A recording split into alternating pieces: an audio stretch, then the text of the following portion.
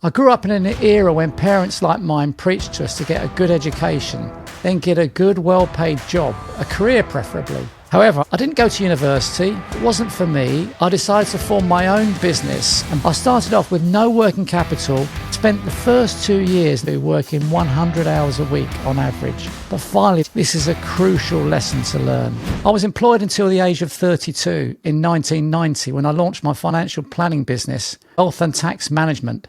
I was full of trepidation about running my own business full-time and leaving the comfort of a well-paid professional job in a top 10 firm of chartered accountants as a personal tax specialist, having previously worked for a small practice in London as an accountant. I grew up in an era when parents like mine preached to us to get a good education, then get a good, well-paid job, a career preferably. I followed their advice. I went to the smallest grammar school in the East End of London, George Green Grammar School, and finished my education at age 18 with 7 GCSEs, they were called O-levels, equivalent to GCSEs, and 3 A-levels. I didn't go to university. I decided it wasn't for me, even though most of my peers in the sixth form did go on to university. But, get this, as far as I know, I've been far more successful than any of them, and certainly much wealthier. In 1986, I discovered financial planning when I joined a large national firm of accountants in Milton Keynes. One of the tax managers in the office next door happened to be the financial planning manager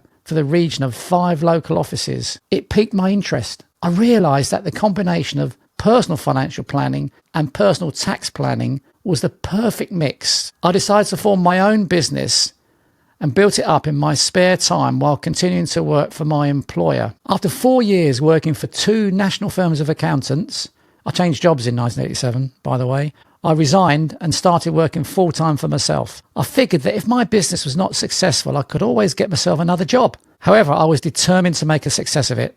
It was now sink or swim time. From this, I learned my first lesson in business. Just make a decision and go for it. I started off with no working capital and only about 20 clients. I arranged a £10,000 overdraft for my company with a bank. I invested in a state-of-the-art Toshiba laptop, which cost me £3,000, a large so-called dot matrix printer and a small photocopier. I also had a portable printer and a custom-made case so that I could carry around my laptop and obtain live quotations on the move, usually by plugging my laptop into the mains at whoever's premises I was attending. This was pre-internet days. My equipment now seems antiquated, but at the time I was streets ahead of most financial planners. This was my second lesson in business. Make sure you always have the right tools for the job. You really cannot underestimate the importance of this. Anyhow, after 2 months, my company had already reached its overdraft limit. This is my third lesson. Always ensure you start your business with enough working capital.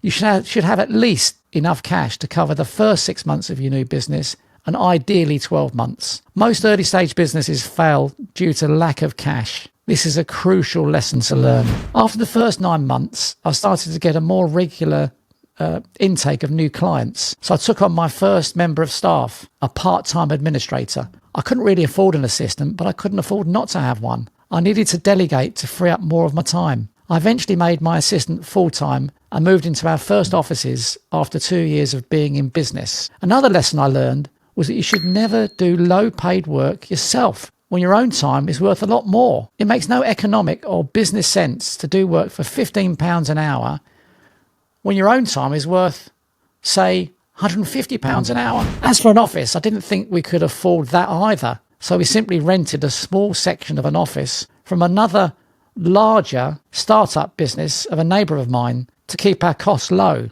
We had to have an office because it was a time when all clients had face-to-face meetings with you physically. And I didn't want to meet them in their homes, nor did I want to meet them in the evenings or at weekends. I wanted daytime-only appointments and in our office where we could control the environment. The lesson I learned from this was to set your own ground rules, but only after testing them first. We tested if clients were happy to meet us in the daytime, on weekdays, and happily they had no problem with this arrangement. I had spent the first 2 years until 1992 working 100 hours a week on average, but finally the business had a solid foundation. What I learned was that in the early years of your business, you have to work extremely hard and make a lot of personal sacrifices, because otherwise your family will not be supportive of you. Between 1992 and 2025, I've built a very successful boutique-sized financial planning practice, servicing mainly mass affluent clients who are retired or close to retirement. Mostly they are business executives or retired ones, and business owners or ex-business owners. These types of clients became our niche. Financial planning has changed beyond all recognition since I started my business. It is now a highly qualified and ethical profession. It is also very heavily regulated by our regulator, the Financial Conduct Authority, or the FCA for short. I have learned that you have to adapt and change your business in order to cope with a changing world. Those who learn to adapt are the ones who survive and thrive. And that applies to all aspects of life, and also in the animal kingdom and human kingdom. I'm in the top 1% of qualified financial planners in the UK today as a chartered financial planner, a certified financial planner, and a chartered wealth manager. If you work in a profession, you owe it to yourself and your clients to be as well qualified and experienced as possible. I have been through many ups and downs during my business career, but I learned that the number one skill is sheer persistence,